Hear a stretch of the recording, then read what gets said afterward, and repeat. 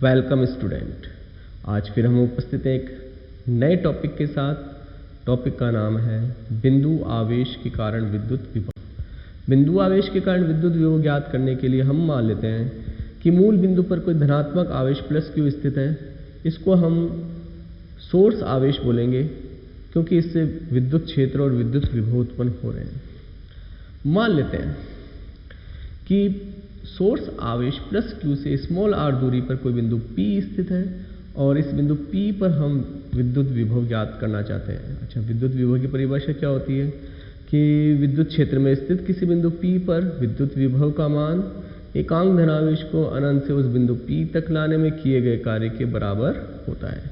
इसके लिए हम मान लेते हैं कि अनंत पर हमारे पास कोई परीक्षण आवेश Q0 स्थित है जो धनात्मक होगा।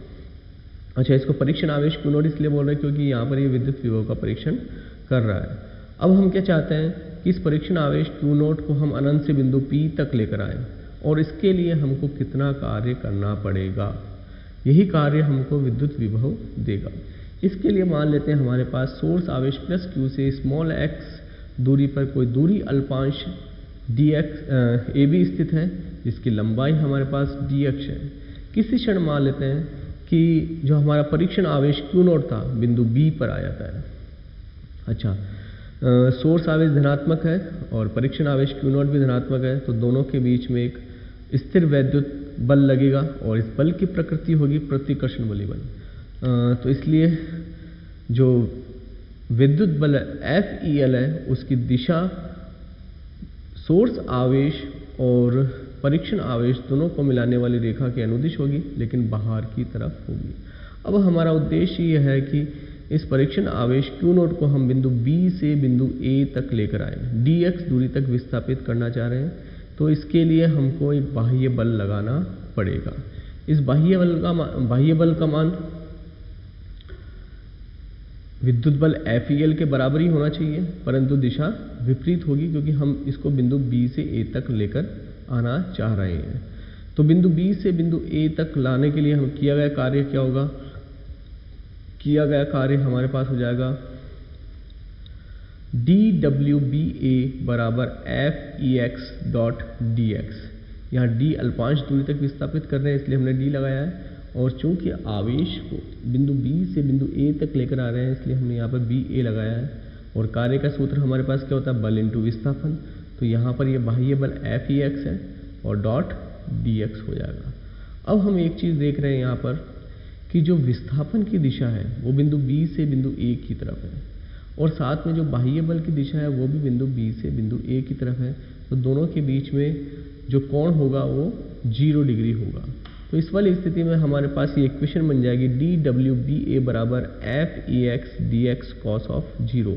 चूँकि हम यहाँ पर डॉट प्रोडक्ट है तो डॉट हटाएंगे तो यहाँ cos थीटा लगाना पड़ेगा। उस थीटा का मान कितना आ रहा है अपने पास? 0 है। तो यहाँ पर हम क्या लगा देंगे? cos 0। अब चूँकि cos 0 की वैल्यू कितनी होती है? 1 होती है। तो ये समीकरण हमारे पास बन जाएगी dWBA बराबर FEX dx।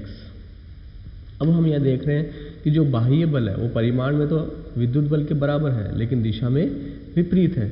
इसलिए हम विद्युत बल बाह्य बल को कैसे लिख सकते हैं कि FEX बराबर माइनस FEL। तो यहाँ पर हम FEX का मान यहाँ रख देंगे तो समीकरण हमारे पास बन जाएगी dWBA बराबर माइनस FEL dx। अच्छा, कूलाम का नियम क्या कहता है? कूलाम का नियम ये हमारे पास कहता है कि दो बिंदु आवेशों के बीच में लगने वाला जो बल है वो दोनों आवेशों के गुणनफल के बराबर और दूरी के व्युत्क्रमानुपाती होगा। तो ये प्लस Q के कारण Q0 पर लगने वाला बल कितना हो जाएगा? FEL बराबर 1/4 pi epsilon naught Q0 बटावा r square. अब हम इस वैद्युत बल जो आया है उसका मान रख देंगे तो हमारे पास समीकरण क्या बन जाएगा? dW बराबर minus 1/4 pi epsilon naught Q0 बटावा x स्क्वायर dx। लेकिन हमारे पास विद्युत विभव ज्ञात करना है। हमको विद्युत विभव ज्ञात करना है तो परीक्षण आवेश को हमको अनंत से बिंदु P तक लाना पड़ेगा। तो ये तो केवल अल्पांश दूरी तक किया गया कार्य है, तो अनंत से बिंदु P तक लाने में किया गया कार्य कितना हो जाएगा? इसका समाकलन कर देंगे तो समीकरण क्या बन जाएगी? W बराबर minus sign of integration infinite to P 1/4 pi epsilon naught Q0 बटावा x स्क्वायर dx। अब हम क्या करेंगे, जैसे क्यू नॉट कांस्टेंट है, 1/4πε0 भी कांस्टेंट है, तो इसको हम समाकलन से बाहर लेकर आ गए। तो समीकरण बन गई W बराबर minus q naught upon 4πε0 sign of integration infinite to P 1/x² और dx, और 1/x² का समाकलन होता है माइनस 1/x। तो यहाँ पर अपने पास माइनस, तो ये माइनस इस माइनस को प्लस कर देगा।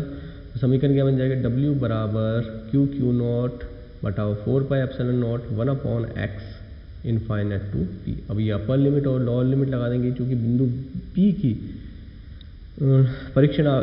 सोर्स आवेश से दूरी r है, तो अपन यहाँ पर क्या रखेंगे, x की जगह r रख देंगे। समीकरण क्या हो जाएगा, W बराबर क्यू नॉट अपॉन 4πε0, इस x की जगह हम रखेंगे r, तो क्या हो जाएगा 1/r माइनस, फिर हम रखेंगे इनफाइनाइट, तो 1/इनफाइनाइट। अच्छा 1/इनफाइनाइट कितना होता है, 0। तो अब हमारे पास समीकरण बच जाएगी W बराबर 1/4πε0 क्यू नॉट बटावा r। अच्छा, ये तो हमारे पास क्या है, परीक्षण आवेश क्यू नॉट को अनंत से बिंदु P तक लाने में किया गया कार्य है। लेकिन परिभाषा क्या कहती है, एकांक धनावेश को लाना।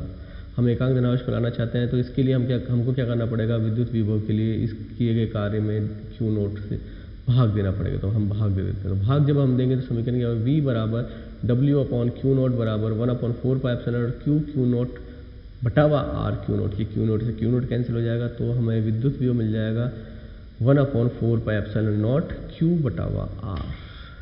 अच्छा, ये हमने जो डेरिवेशन किया है वो धनात्मक आवेश मान के किया है। यदि यहाँ पर सोर्स आवेश ऋणात्मक हो तब भी हमको यही डेरिवेशन करना पड़ेगा और यही समीकरण मिलेगी। डिफरेंस क्या होगा, यहाँ पर क्यू की जगह क्या आएगा, माइनस क्यू आएगा। मतलब यदि आवेश ऋणात्मक आवेश है तो उसके द्वारा उत्पन्न विद्युत विभव ऋणात्मक होगा। ओके। अच्छा, हम यहाँ पर भी देख रहे हैं कि जो विद्युत विभव है वो दूरी के व्युत्क्रमानुपाती है। तो यदि हम ग्राफ प्लॉट करें विद्युत विभव और दूरी में, तो हमको इस तरह से मिलेगा, इसका मान अपने पास इस तरह से घटता जाएगा।